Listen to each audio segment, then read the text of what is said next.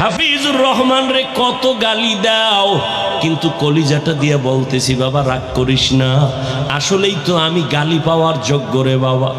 আমি যদি গালি পাওয়ার যোগ্য না হইতাম আমার তো গালি দিতি না। আমি আসলেই তো একটা অযোগ্য বান্দা। এই চেয়ারে বসার মতো আল্লাহর কসম আমার মধ্যে কোনো ইলমের গন্ধ নাই, আমলের কোনো গন্ধ নাই। মাঝে মাঝে একা একা ভাবি যে আল্লাহ আবার এই চেয়ারে কেন বসাইছে। এক সাগর পাড়ি দিয়ে এখানে আসছি, আমি আর এক সাগর পাড়ের সন্তান রে বাবা।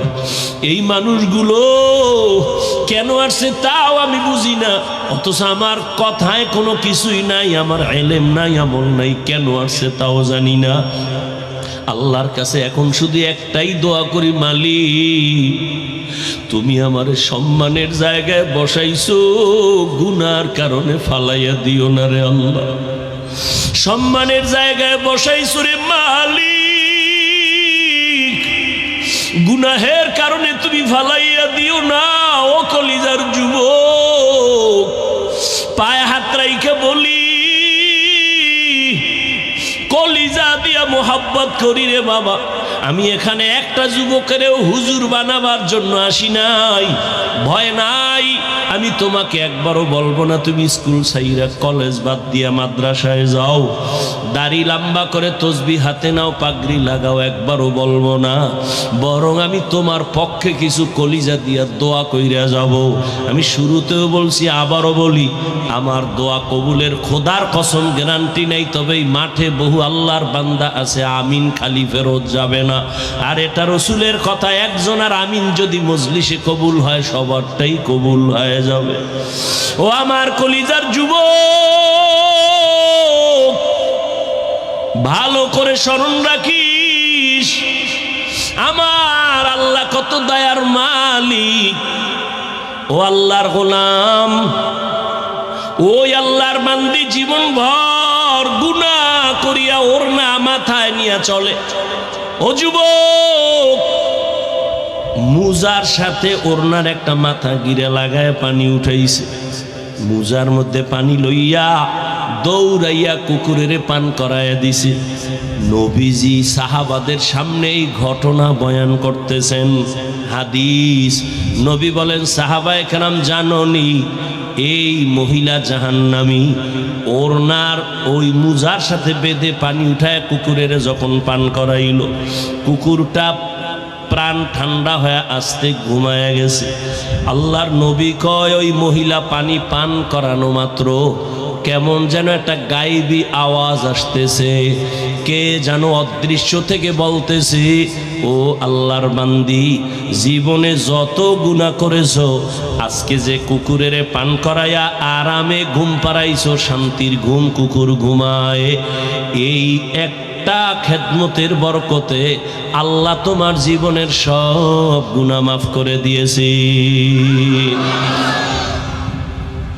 আমল আমার মাওলার কাছে নিয়ে দাঁড়াইও, আমল আমার আল্লাহর কাছে আমল নিয়ে দাঁড়াও রে যুবক। আজকে আমিও তো তোমার মতো একটা যুবক সন্তান, প্যান্ট শার্ট টাই লাগায় যদি দাড়ি কেটে রাস্তায় ঘুরতাম, কেউ আমারে বাধা দিত না রে বাবা। এই টুপির কারণে মাথা গরম, দাড়ির কারণে যৌবনের ভাব চলে যায়, জামার কারণে শরীর গরম, সব বুঝি, তারপরও কেন ফালাই না। কত মানুষ কত বাজে কথা বলে গালি দেয়, জানি শুনি, তারপরও কেন এই রাস্তা ছাড়ি না, নামাজ ছাড়ি না। ও যুবক, তোমার মতো যুবক তাকায় দেখো, জীবনে মাদ্রাসায় পড়ে নাই, স্কুলে পড়ে, জেনারেল লাইনে তাইকা নামাজ ছাড়ে না, সত্য কথা স্বীকার করো, আছে না নাই? তোমার বিবেকের জিজ্ঞাসা করো, তুমি কেন পারো না? তোমার মতো যুবক রাস্তায় গাড়ি চালায়, ড্রাইভার, আজান হয়ে গেছে, নামাজে হাজির, বলো তুমি কেন পারো না রে বাবা? তোমার মতো যুবক ময়দানে কৃষি কাজ করে, নামাজ ছাড়ে না, গামছা বিছাইয়া নামাজ পড়া ফেলাইছে, তুমি কেন পারো না? নদীর মধ্যে মাছ ধরে তোমার আমার মতো কত বান্দা জীবনে মাদ্রাসায় পড়ে নাই, কিন্তু নামাজ ছাড়ে না। তোমার মতো যুবক আছে কিছু, মনে চায় আমার রুমাল দিয়ে ওর পাও মোছায় দেই, কারণ এত ভালো যে সালাম ছাড়া কথা বলে না, এত নম্র, এত ভদ্র, এত শালীন, মনে হয় কলিজা দিয়া দোয়া করি এই যুবক দিয়েই তো এই জমিনটা আলোকিত হবে। ও পর্দার আড়ালের আম্মা জানেরা, আপনাদের সন্তানদেরকে ভালো বানানো আপনাদের অবদান ছাড়া হবে না। আপনাদের আল্লাহ এত মর্যাদা দান করেছেন, আপনার সন্তানকে ডাক্তার বানাবেন আলহামদুলিল্লাহ বলে দোয়া করে গেলাম, আপনার সন্তানকে ইঞ্জিনিয়ার বানাবেন আলহামদুলিল্লাহ বলে দোয়া করলাম, আপনার সন্তানটাকে প্রফেসর বানাবেন আলহামদুলিল্লাহ বলে দোয়া করলাম। কিন্তু দাবি একটা, বেয়াদব বানাবেন না। আপনার সন্তানের ব্যবহারে কোনোদিন যেন মা বাবা কষ্ট না পায়, আপনার সন্তানের ব্যবহারে কখনো যেন আলেম ওলামারা কষ্ট না পায়, আপনার ব্যবহারে যেন কোনোদিন মুরব্বী ওস্তাদরা কষ্ট না পায়। ও আম্মা জান, আপনার দোয়া আর অবদান ছাড়া সন্তান ভালো বানানোর কোনো সুযোগ নাই। ও আমার কলিজার যুবক, আল্লাহর মোহাব্বত নিয়ে কথাগুলো বলি, হৃদয় থেকে বলি, কলিজা দিয়ে বলি রে বাবা, এখনো সময় আছে, তওবা করে নাও। আল্লাহর গোলাম রসুলের কলিজার এক সাহাবী, অল্প বয়সের কিশোর, শিশুর পরে কথা কয় না, এরপরে যুবক, কিশোর সাহাবী সালাবা তার নাম, কিশোর সাহাবী, এখনো যুবক বয়সে উপনীত হয় নাই, আল্লাহর বান্দা নবীর বড় আদরের। ওই কিশোর সাহাবী সালাবা নবীর এত আদরের, একদিন রাস্তা দিয়ে হাঁটতেছি, খেয়াল করেননি বাবা, বলবো না মোনাজাত দিব? আল্লাহ সবাই রে কবুল করে।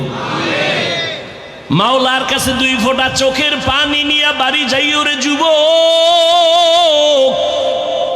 মনের প্রশ্ন করিস, এতগুলো মানুষ মোনাজাতে, অনেক যুবকের কলিজা ভাঙ্গা, চোখে পানি, অথচ তোমার চোখে কেন পানি নাই? মনে করিও আল্লাহ তোমার গুনার কারণে বেজার হয়ে গেছে।